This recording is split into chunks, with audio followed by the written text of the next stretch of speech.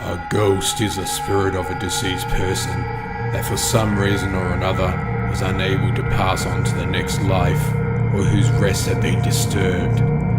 Ghosts are neither good nor evil, as their behaviour is ultimately dictated by who they were in life and how they died. Normally, a ghost will start out confused and disorientated before realising they are dead. In some cases, the trauma of sudden death can be so great that a ghost will think they are still alive and continue in the routine from their lives, oblivious to the fact they are dead.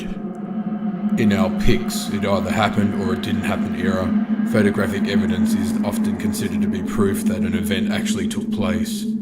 This is not necessarily the case, however, with paranormal photography. Almost since the time photography was invented, people have been using the medium in attempts to provide visual proof of existence beyond death. For many, the jury is still out. Here are some of the more famous examples of ghosts supposedly captured by cameras.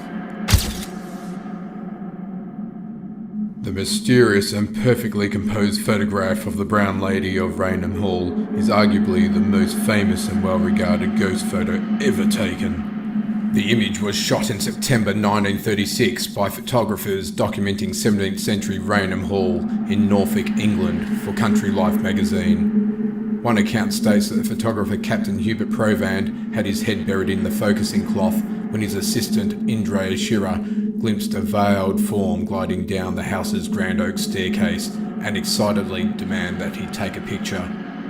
By the time Provand raised his head, the figure had vanished, leading Provand to suggest that Shearer had imagined the incident. The development process, however, revealed something unsettling. The ghost, thought to be that of Lady Dorothy Townshend, had been glimpsed several times since the early 1800s. Although Lady Townshend officially died of smallpox in 1726, more lurid legends later sprung up, including that she was locked in her bedroom by her husband for committing adultery. Witnesses describe the phantom as having an air of madness or menace about it. The spectre has reportedly been seen intermittently about the hall since the photo was taken. As with many ghost photographs, the famous Tulip staircase ghost photo was taken by someone who had no idea they had captured anything unusual until the image was developed. Reverend Ralph Hardy, a retired clergyman from British Columbia, was visiting the Queen's House at the National Maritime Museum in Greenwich, England in 1966 when he snapped a picture of an interesting spiral staircase, known as the Tulip staircase. Hardy returned home, had his pictures developed and was showing them off when a friend asked who was on the staircase. Surprised, Hardy said that he had no idea and that there had been no one there when he took the picture. The image has been examined by experts, including some from Kodak, who have confirmed that it has not been tampered with. The identity of the ghost, if that's indeed what it is, remains unclear, though some have speculated that it's a maid who supposedly died on the stairs 300 years ago. This photo supposedly depicts the ghost of a man who was being interred several miles away at the time it was taken. Lord Combermere had been struck and killed by a carriage in London in 1891, shortly before the photographer Sybil Corbett took the picture in the library of Combermere Abbey, the Lord's home. It took about an hour for Corbett to expose the image, and when it appeared on the plate, it revealed a man resembling Combermere sitting in his favourite chair. Interestingly, the figure's legs are missing, which made it all the more spooky given that Combermere's legs were badly damaged in the carriage accident. Some people, whether alive or dead, hate to miss a photo op. Freddy Jackson, a mechanic in the Royal Air Force during World War I, was killed by an aeroplane propeller around 1919. On the day of Jackson's funeral, a group photo was taken of his squadron, which had served aboard the HMS Daedalus. Jackson, so the story goes, did not want to be left out of the photo, even after death. His face can be glimpsed behind the 4th Airman from the left in the back row. The photo was not made public until 1975, when it was revealed by retired RAF officer Victor Goddard, who had been in Jackson's squadron. Many of the details of this much repeated story, however, have been called into question, along with his photo's legitimacy. This paranormal photo was taken by the Ghost Research Society of America during a visit to the Bachelor's Grove Cemetery in Illinois. The group was visiting a small, abandoned cemetery in a suburb near Chicago in 1991 when inexplicable readings were observed on their equipment. Although no visible ghostly phenomena were observed at the time, a photo was taken there and later revealed a woman in white clothing described as being out of date, sitting on a tombstone. Bachelor's Grove is reputed to be one of the world's most haunted cemeteries.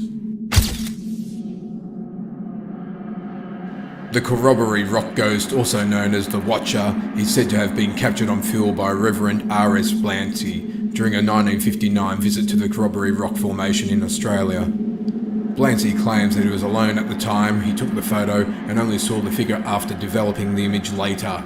Interestingly, the figure, which appears in a long gown, suggests different things to different people, who have variously described it as a woman in a nightgown, an Aboriginal woman in a traditional dress, or a priest.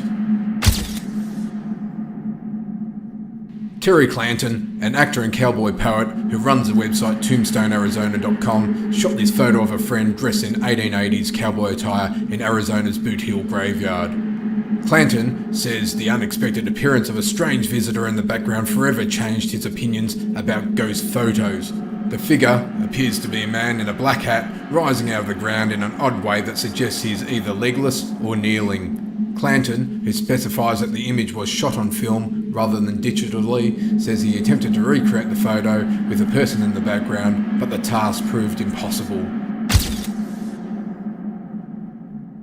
This creepy image was allegedly captured in the infamous Amityville house during a 1976 investigation led by paranormal experts Ed and Lorraine Warren. The camera was set up on the second floor landing to shoot black and white infrared film throughout the night.